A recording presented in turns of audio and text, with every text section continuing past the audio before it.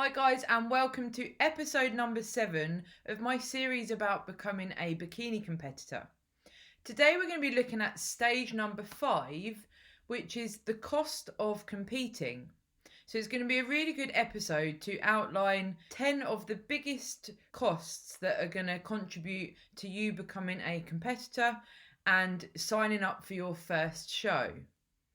If you enjoy this video, remember to hit that like button to show me. And if you haven't already, it'd be awesome to see some new subscribers. So hit that subscribe button and set the bell to alert you every time I post a new video every Monday. By the end of this video, I'd like you to feel armed and ready to start your first prep, knowing the cost implications to becoming a competitor. I will also be giving an update into how my own prep is going as I hit that 1 week out from my next show, which is my pro debut with WABA in Portugal. Okay guys, let's get started with the top 10 things that are going to contribute to you getting started as a competitor. In my previous video where we spoke about getting a coach, we talked about how a coach can really help your journey as a bikini competitor. Now, this is probably going to be your biggest cost. Most coaches will offer a service that you pay for monthly, and I believe there are coaches out there where you can sign up for an annual payment.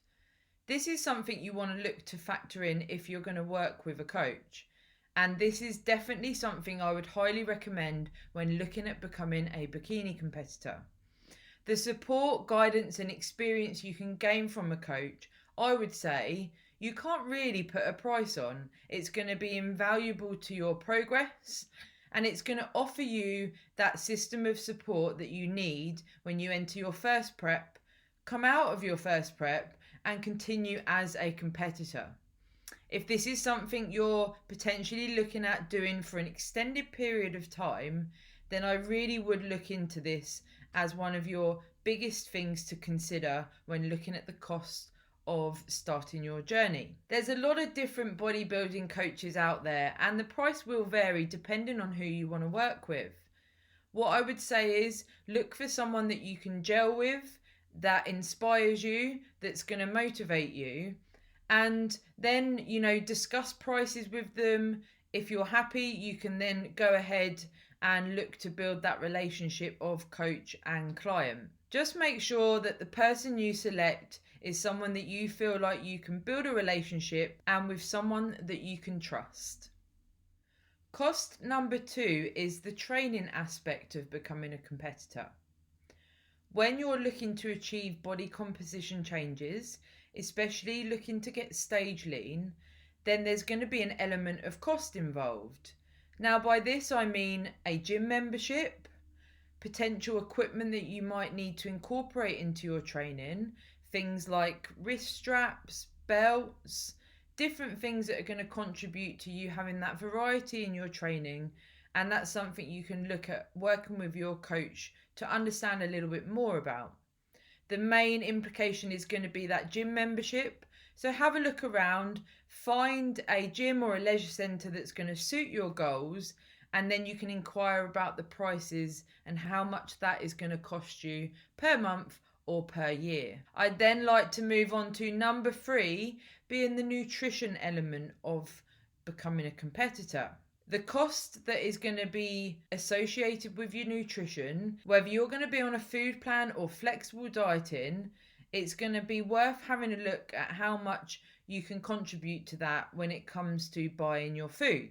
Another extension of when you're looking at your nutrition is purchasing things like food scales, kitchen utensils, things that are going to contribute to you being able to prep your food nice and easy, so it takes the stress out of that element of becoming a competitor.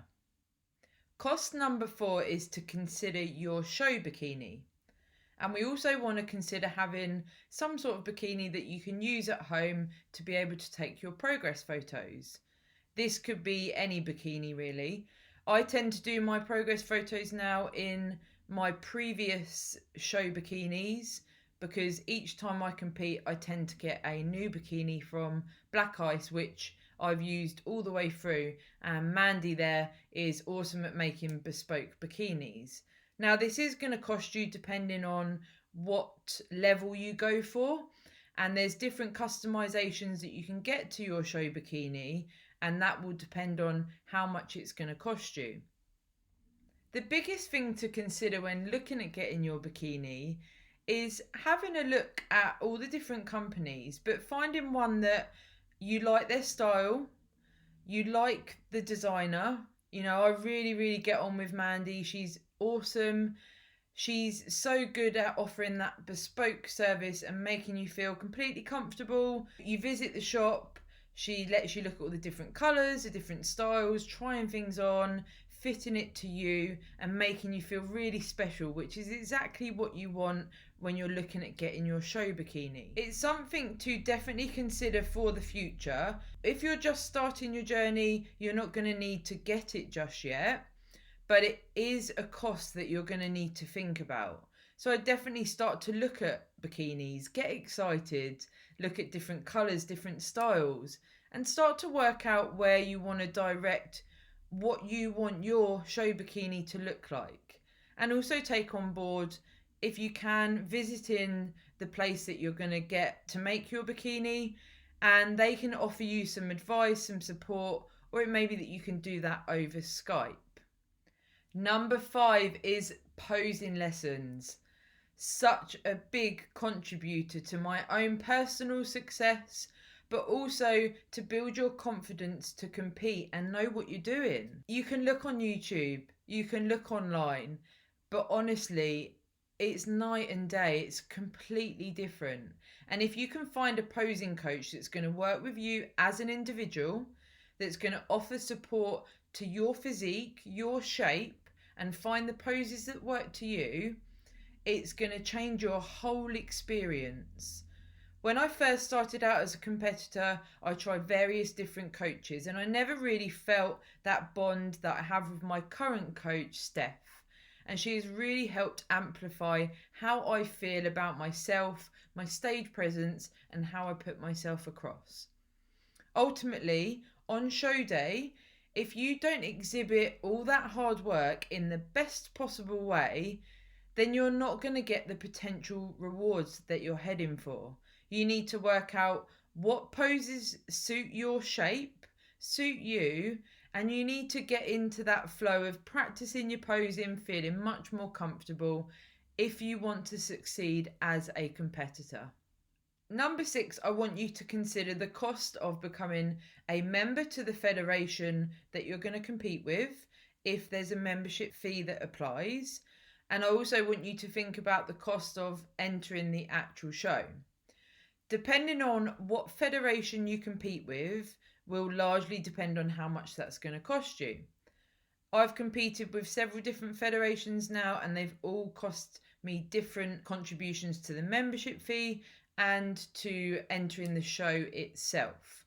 So when you're having a look at shows and what federation you're going to compete with, which I did speak about in last week's video, then make sure you have a look at those costs and if that's going to be viable for you.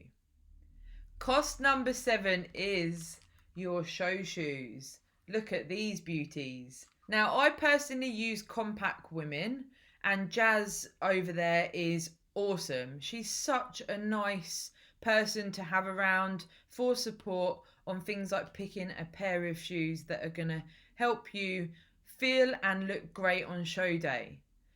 Over my time as a competitor, I've accumulated a fair few different pairs of shoes now, and each time I compete and enter a new season, I like to upgrade and get a nice new shiny pair, and then I can use old pairs to practice in. And I also use my posing shoes to do my progress photos. So they're definitely an investment that you do need to consider as a competitor. First of all, for the progress photos, and then the main event. So for your show, you want to be getting shoes that you can practice in well before show day.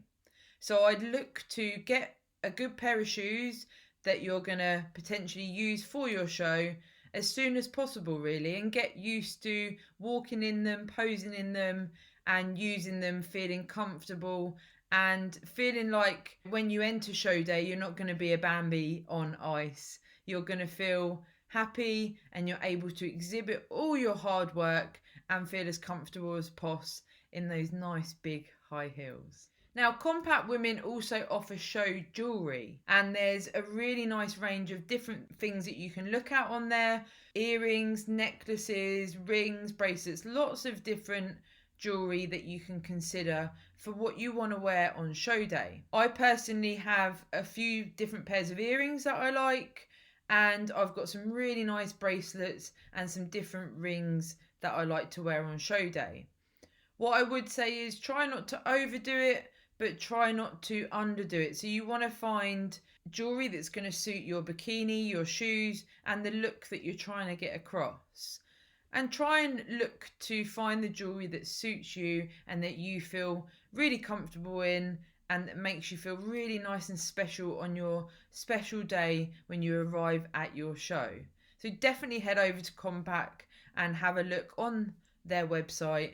Start to consider different things when looking at your jewelry and how you're going to accentuate what you've already got, the physique that you're going to exhibit. It's just going to give you that extra little bit of bling and that feeling of sparkle on show day. The first couple of things I want you to consider that fall under number 9 is your hair and your makeup for show day. This can be down to you as to how you want to look at getting some professional help with your hair and your makeup for show day. Over the years, I've tried different things, but now what I tend to do is I have my makeup done by the professional makeup artist that the Federation offers for the show. I just find that it is a completely different experience being able to get your makeup done for the show lighting to match your tan, and it would be very hard to try and do that myself to get the maximum effect of getting show makeup done. I would definitely recommend looking into that as one of your costs for show day. Hair, however, we all know our own hair. It might be that you feel comfortable doing your own hair, although they will often have hairdressers on site that you can utilise for show day. So it all depends on how you feel about doing your own hair, whether you've got maybe a friend that will be coming along with you that could do it for you, or whether you want to use a hairdresser on site. Cost number 10 is getting that tan. So the tan is often associated with bodybuilding shows, and I would definitely consider getting that done by the tanning team on site. And that's normally something you would get done the night before or the day before, and then you can get top-ups and you can get check-ins from the team on show day. So not only do you get your tan done by them, they offer you your top-ups, your glaze and the checks, which for me is a big peace of mind that I've got someone who's got my back and they can make sure my tan is on point. I know several people that do their own tan, and it doesn't always work as well as getting that professional tan done on site. So it's definitely something to consider, and I personally would say it's bang for your buck if you can get that done on site and just get the reassurance that your tan is going to be on fleek. Now let's summarise those top 10 costs when becoming a bikini competitor. Cost number 1 is getting yourself a coach. Number 2 is to consider the training aspect of becoming a competitor. Number 3, we're looking at nutrition. So things like your food, utensils, and different things that contribute to your food prep. Number 4 is looking at getting your bikini. Number 5 is posing lessons. Number 6, looking at the costs with the federation, so things like the membership fee and the show entry fee. Number 7 is looking at getting your shoes. Number 8, your jewellery. Number 9 is your hair and makeup for show day. And number 10 is getting your tan. As promised, I'd like to finish with an update on how my own prep is going for my next show. Now, being 1 week out, things have been tough the last few weeks, and I've spoken about that in all of my different videos on the lead up to this.